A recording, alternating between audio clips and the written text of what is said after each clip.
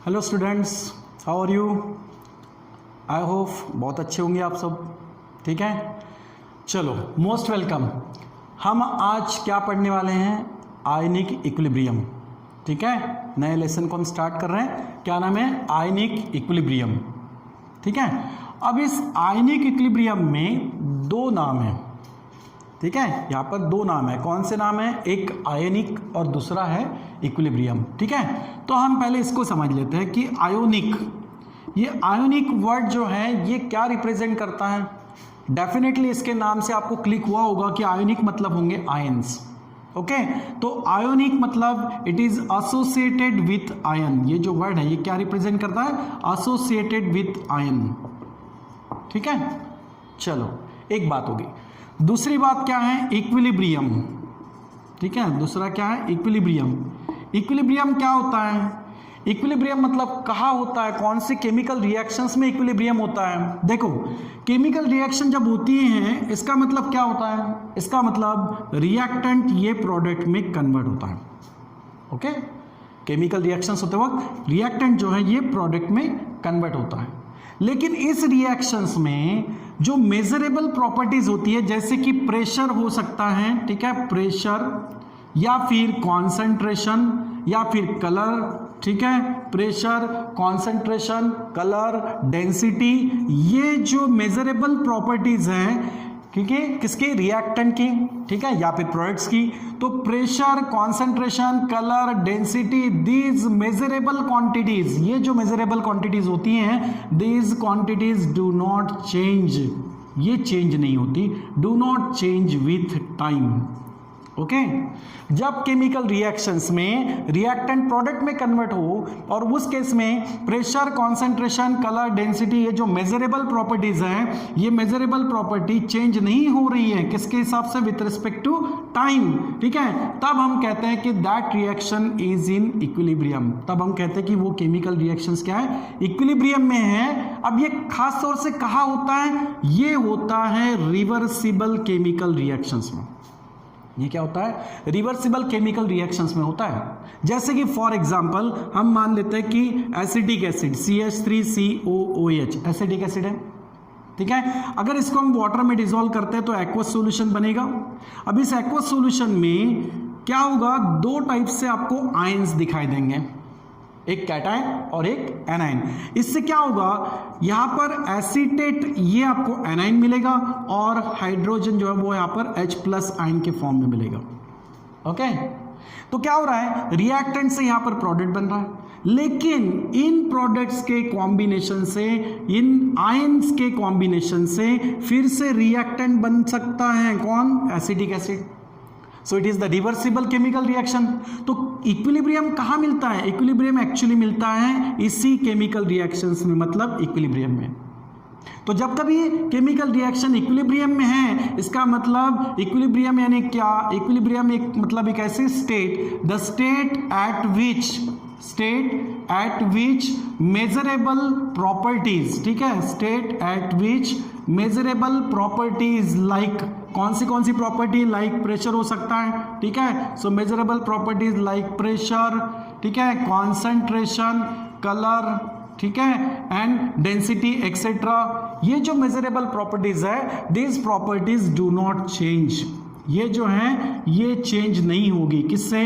Do not change with the time. ऐसी जो state होगी इसको कहेंगे हम इक्विलिब्रियम। ओके, तो इक्विलिब्रियम मतलब क्या हो गया? यहां पर इक्विलिब्रियम का मतलब कि एक ऐसे स्टेट जहां पर मेजरेबल प्रॉपर्टी जो होती है ये चेंज नहीं होती विथ रिस्पेक्ट टू टाइम। और खास तौर से इसमें सेकंड बात मैंने क्या बताई कि इक्विलिब्रियम एक्चुअली कहाँ होगा? इक्विलिब्रियम होता है कौन सी रिएक्शंस में? वो होता है रिवर्सिबल रिएक्शंस में होता है। ठीक है, रिवर्सिबल केमिकल रिएक्शन जहां हो उस रिवर्सिबल केमिकल रिएक्शंस में आपको इक्विलिब्रियम मिलेगा। ठीक है, और एक ये जो इक्विलिब्रियम एग्जिस्ट होता है ये ऐसे केमिकल रिएक्शन में एग्जिस्ट होता है जहां पर आपको क्या दिखाई देता है? एक तरफ तो आपको आयंस दिखाई दे रहे हैं और एक तरफ आपको जो पार्ट दिखाई दे रहा है रिएक्टेंट की तरफ, ये होता है अनआयोनाइज। ये होता है अनआयोनाइज मॉलिक्यूल। ओके, और ये होते हैं ions. Unionised molecule and ions, इनके बीच जो इक्विलिब्रियम एग्जिस्ट हो जाता है, इनके बीच में जो एक स्टेट एग्जिस्ट हो जाती है, इसी को कहते हैं आयनिक इक्विलिब्रियम।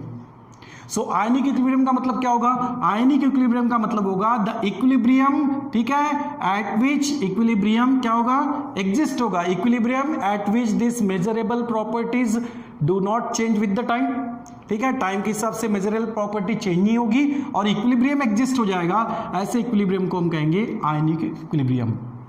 तो आयनिक इक्विलिब्रियम मतलब क्या होगा? Equilibrium exist between the unionised molecule and ions. Specially कहां पे? ठीक है, आयनिक इक्विलिब्रियम हम क्या बोलेंगे?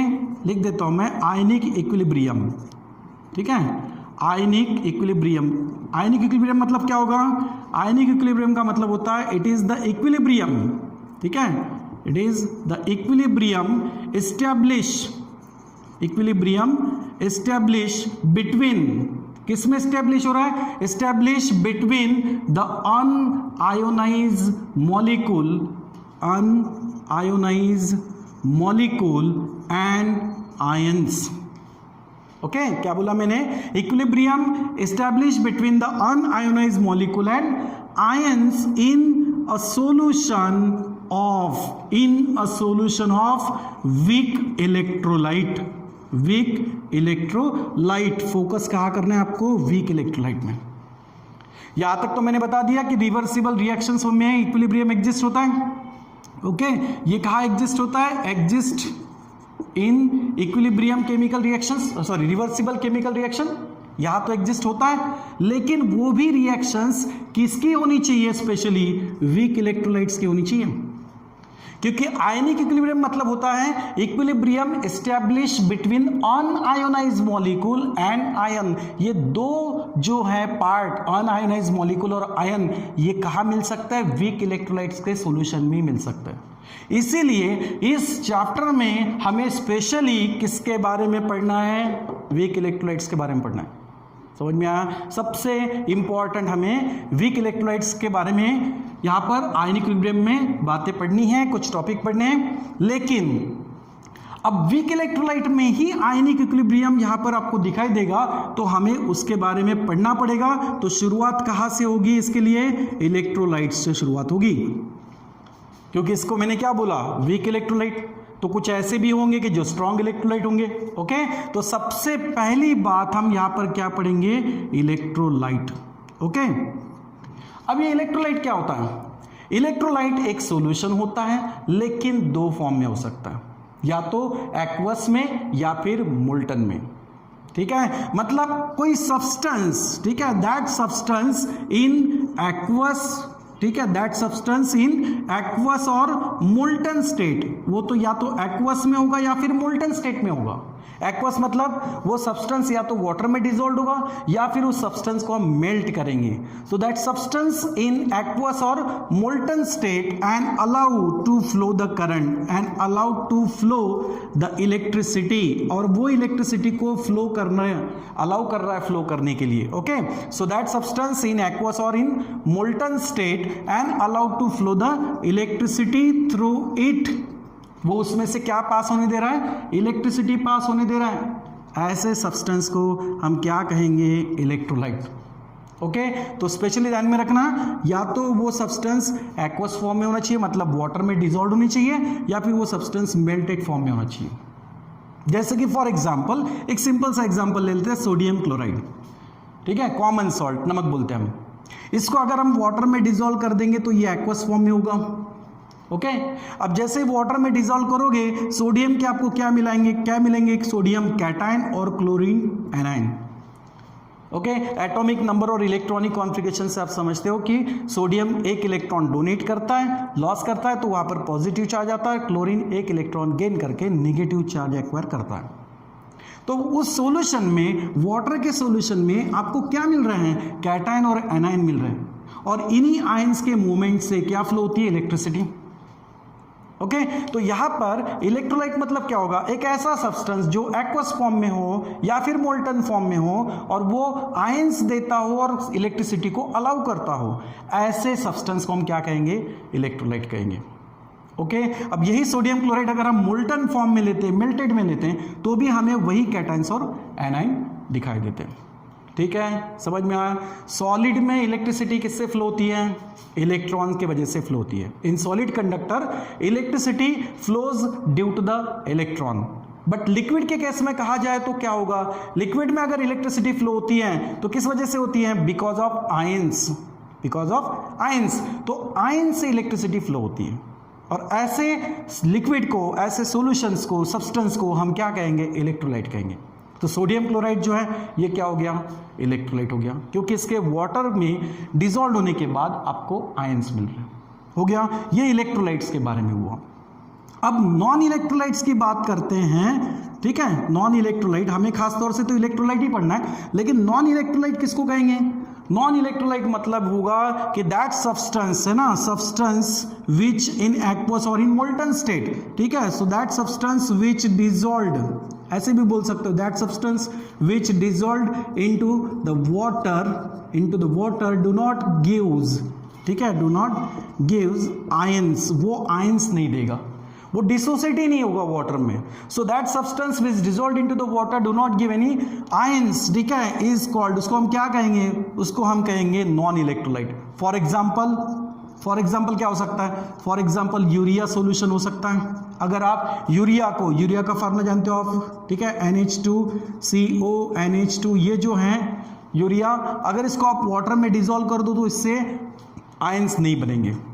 जब आयन ही नहीं बन रहे तो इलेक्ट्रिसिटी फ्लो ही नहीं होगी, तो फिर हम इसको इलेक्ट्रोलाइट नहीं बोल सकते। ये क्या हो जाएगा, नॉन इलेक्ट्रोलाइट होगा, यूरिया होगा। ठीक है, शुगर की बात करते हैं, शुगर में भी, शुगर को भी आप अगर वाटर में डिसॉल्व कर दो तो वो आयन नहीं देगा। ठीक है, जैसे कि यहाँ पर यहाँ पर क्या होता है, C12H22O11, ये हम बोलते हैं शुगर। ओके, लेकिन अगर आप इसमें वाटर में ऐड कर दो, इससे आपको क्या मिलेंगे, 2 मोनोसैकेराइड्स मिलते हैं। आपने अगर पॉलीमर लेसन पढ़ा होगा तो वहाँ पर आपने देखा होगा, इससे C6H12O6 एंड C6H12O6, ऐसे 2 मोनोसैकेराइड्स मिल जाते हैं। यहाँ पर कहाँ आयन बन रहा है, नहीं बन रहा है, तो आयन का फॉर्मेशन ही नहीं होगा तो वो इलेक्ट्रिसिटी फ्लो नहीं करेगा। मतलब शुगर सॉल्यूशन, यूरिया सॉल्यूशन, ठीक है, ये जो है वाटर में डिसॉल्व करने के बाद में भी आयन नहीं देते, ठीक है, not dissociate into the ion, and that substance is called as the non electrolyte. Okay, तो यहाँ तक क्लियर हो गया, इलेक्ट्रोलाइट क्या है, नॉन इलेक्ट्रोलाइट क्या है, ठीक है, और आयनिक इक्विलिब्रियम क्या है। अब हम आगे का इंपॉर्टेंटली पार्ट क्या पढ़ने वाले हैं, वीक इलेक्ट्रोलाइट यानी टाइप्स ऑफ इलेक्ट्रोलाइट। ओके, यहाँ तक समझ में आ गया, इज इट क्लियर, ठीक है। तो इसके आगे का पार्ट हम नेक्स्ट क्लास में देखते हैं, ठीक है बेटा, चलो, थैंक यू।